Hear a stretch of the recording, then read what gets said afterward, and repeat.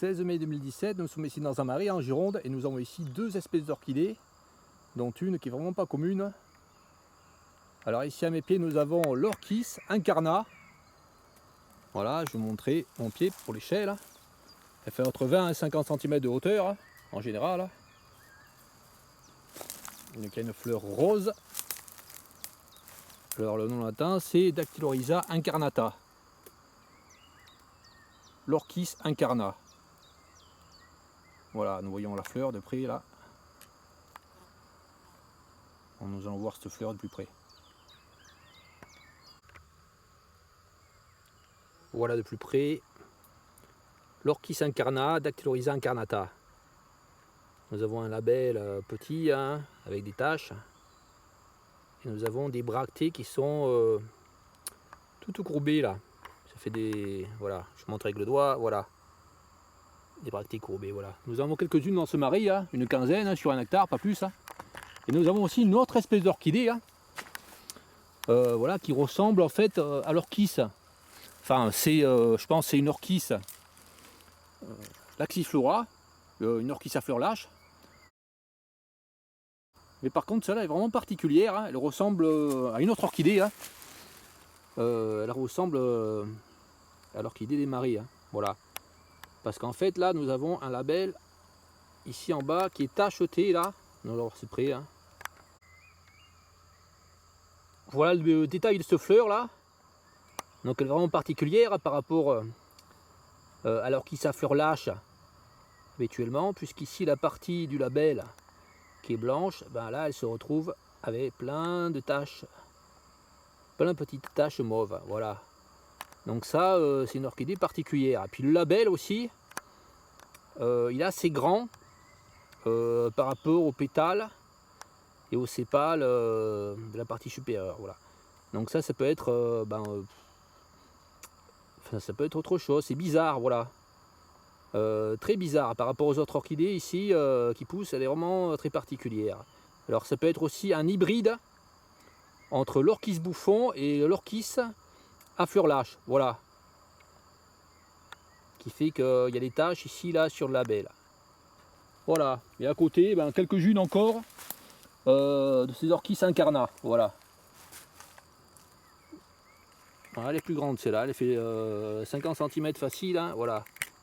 Donc on voit là les bractées qui sont courbées, hein, et puis on voit les fleurs particulières, hein, voilà, de cette orchidée, voilà. Bon, je vais essayer d'en filmer une qui est un peu plus jolie là, parce qu'en fait elles arrivent en fin de floraison là. Voilà, à côté il y a une autre, hein. Il reste quelques fleurs en haut là, voilà. Nous allons voir ça de près. Voilà de près la fleur de l'orchis incarnat, Dactylorhiza incarnata. Voilà. Allez, nous allons voir une qui est vraiment encore en fleurs, que j'ai vu plus loin là. Et nous allons voir comment elle est quand elle est entièrement en fleurs. Voilà.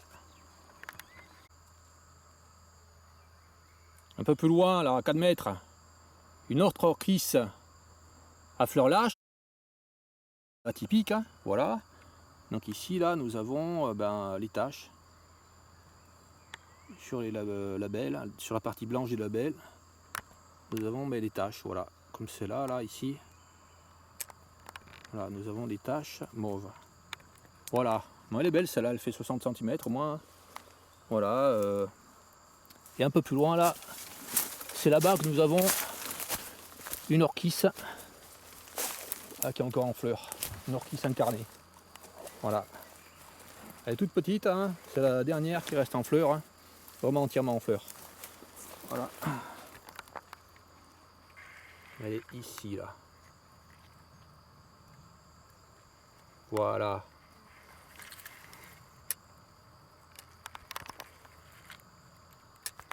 Alors, voilà.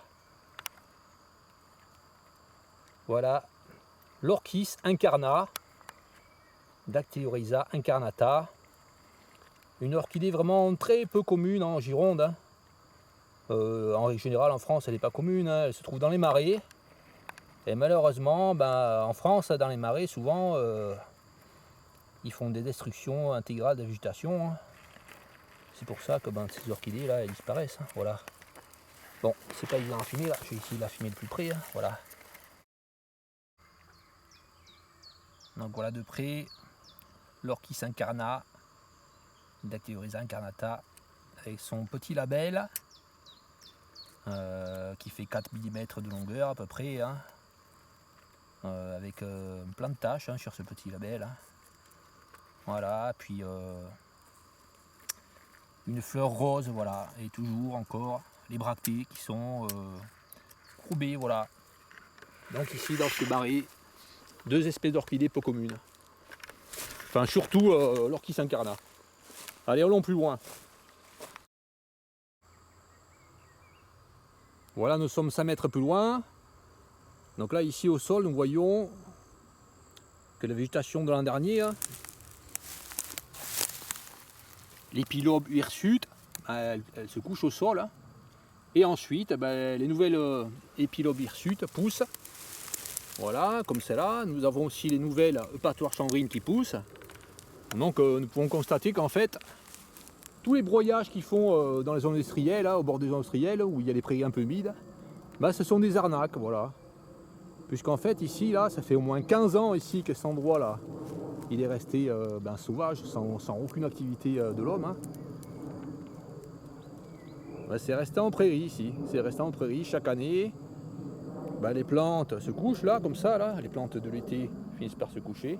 Et ensuite, les nouvelles plantes poussent, voilà. Donc tous les discours là, foireux du type il faut broyer, il faut faucher pour que les plantes se régénèrent, c'est de bidon, voilà. C'est ce qu'on voit sur les panneaux, hein, contrairement à Bordeaux Nord, là, la fauche tardive, etc.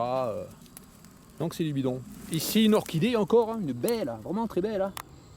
Je monte de près là, comment elle est là. Donc la fleur est très grosse. Hein. Voilà, la fleur est très grosse. Il y a toujours encore, hein, mais, je vais montrer par rapport à mon doigt là, voilà.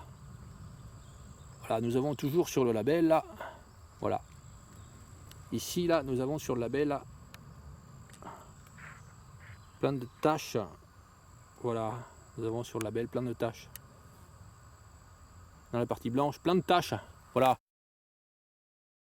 Tandis que l'autre que nous avons vu au départ, comme ça, elle ressemblait un peu à l'orchis des marais. Voilà, nous étions là-bas à 50 mètres, dans la partie basse du pré, et là nous arrivons dans la partie haute du pré. Et ici, nous n'avons pas une prairie humide. Nous n'avons pas non plus une prairie sèche. Hein. Nous avons une prairie, voilà, ni sèche ni humide. Et ici, nous apercevons qu'en fait, il n'y a pas du tout d'envahissement par les arbres, ou très peu, hein, ou c'est très lent. Hein. En fait, ça fait 15 ans au moins ici qu'il n'y a aucune activité humaine. Et nous voyons que la prairie ici, il n'y a pas d'arbres, à part quelques-uns, voilà. Donc les personnes qui veulent que les prairies ne se fassent pas envahir par les arbres, il suffit qu'elles viennent avec un sécateur pour couper les arbres. Hein. Autrement, une prairie comme ça, là, chaque année, elle se régénère, hein, puis il n'y a pas du tout besoin de couper, voilà. On voit de près, hein, voilà, les herbes. Voilà, je montre, elles se couchent, et puis après, les herbes dans les suivantes, elles repoussent, voilà. Donc toutes les fauches qui font au bord des routes, enfin partout, là, ce sont des arnaques. En fait, il y a besoin de faucher, enfin des fauches, des broyages qu'ils font, hein. C'est pas des fauches, c'est des broyages. Tous les broyages qu'ils font, en fait, ils sont dus au fait qu'il y a des robiniers faux acacias, et les robiniers faux acacias fait qu'il y a plein de petits robinets faux acacias qui poussent, et après les gars ils disent oh, ça va se faire envahir par les broussailles. Mais en fait, c'est parce qu'ils ont laissé des robinets faux acacias, voilà.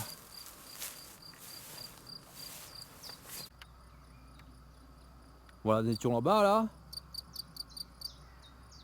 Là, nous sommes 10 mètres plus loin. Et là, nous avons une énorme fourmilière. Enfin, vraiment énorme.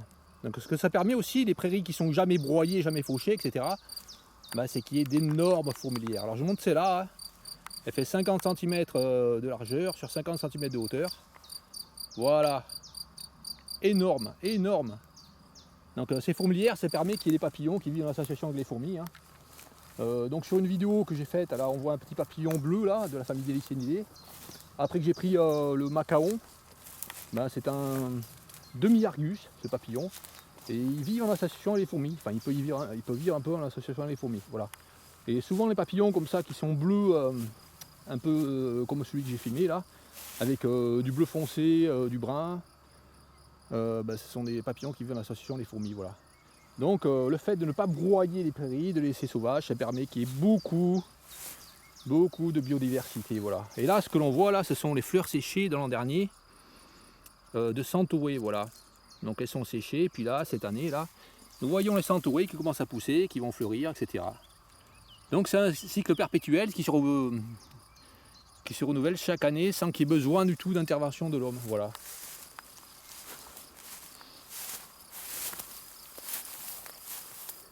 Et ici nous avons ces arbres avec des écorces là.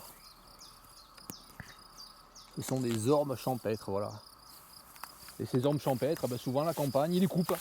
Voilà, ils coupent les ormes champêtres qu'il y a sur les haies, alors que cet orme champêtre, ben, il est rare finalement, enfin il devient rare. Mais bon, préfère faire venir des entreprises pour acheter des haies, enfin pour planter des haies avec du plastique au sol, une espèce de paillage, enfin ils appellent ça un paillage, mais c'est pas un paillage, hein, c'est n'importe quoi. Avec du plastique au sol, puis ils mettent des arbres. Alors que souvent, ben, sur les haies, il y a des arbres qui poussent naturellement, comme cette orme champêtre. Voilà, qui devient rare. Voilà.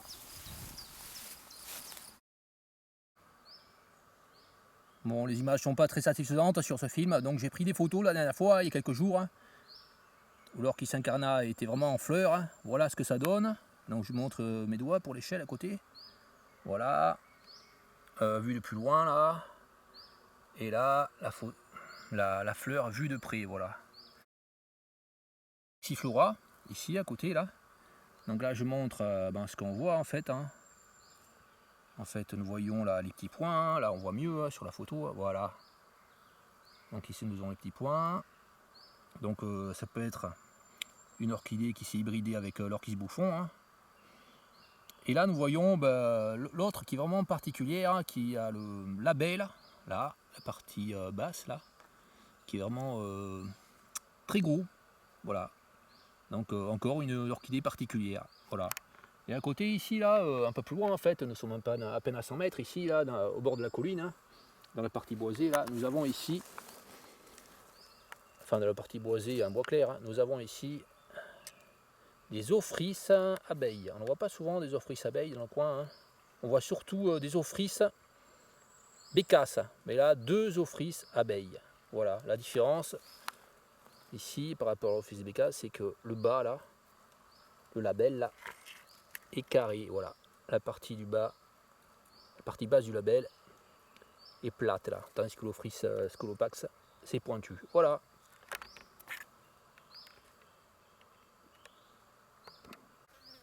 Voilà, puis un petit peu plus loin là, 2 mètres en fait, on le voit devant moi. Hein. Une Gymnadenia conopsea, on dirait, hein. Enfin elle est très particulière. Hein. Elle ressemble aussi à l'orchis pyramidal, mais ici là on voit les éperons là dessous là, ces petits pics là dans lesquels se trouve le nectar. Les fleurs habituellement, là je sais pas s'il y en a dans ces fleurs là. Mais ces éperons sont très très longs. Gymnadenia conopsea a du nectar. Mais elle est particulière celle-là parce qu'elle est très grosse. Alors je sais pas. C'est bizarre, est-ce un hybride? Je sais pas. D'habitude elles sont de cette taille là, 40 cm de hauteur, mais par contre là la partie florale est beaucoup plus étroite. Voilà. Et puis elle fleurit plus tard, elle fleurit dans 15 jours, un mois d'habitude, hein, voilà. Donc ici une fleur particulière. Hein. Voilà.